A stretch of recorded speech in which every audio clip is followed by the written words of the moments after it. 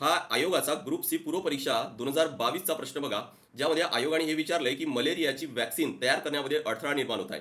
कारण काय? याचा आन्सरनं चौथा पर्याय आहे 1 आणि 2 दोन्ही पण. म्हणजेच काय? तर त्याचा जो प्रोटोझोआ आहे प्लास्मोडियम, तो सतत काय तर रोग प्रतिकार क्षमतेपासून लपलेल्या अवस्थेत असतो आणि दुसरा आहे काय तर प्रथिने आहे, त्याच्या पृष्ठभागावरील प्रथिने तो सतत बदलत असतो. यामुळे वॅक्सिन तयार करणे कठीण आहे. पण एक गुड न्यूज आहे की भारताने इंडिजिनियसली मलेरिया विरुद्ध वॅक्सिन तयार केलेली आहे. त्या वॅक्सिनचं नाव आहे ॲडफॅल्सिवॅक्स, जी वॅक्सिन प्लास्मोडियम फॅल्सिपॅरम या प्रोटोझोआ विरुद्ध काम करणार आहे. आणि विशेष म्हणजे हे लक्षात ठेवा की आयसीएमआरने हे 5 कंपन्यांना आता लायसन दिले की ते ही वॅक्सिन आहे ती तयार करू शकतात. आणि अजून एक एक्स्ट्रा बेनिफिट म्हणजे की ही वॅक्सिन विदाऊट कोल्ड चेन 9 महिने राहू शकते. म्हणजे साध्या रूम टेम्परेचरला पण ती राहू शकते. या कारणामुळे काय होणार आहे की जे ग्रामीण भाग आहेत तिथं ही वॅक्सिन पोहोचवणे फार शक्य होईल.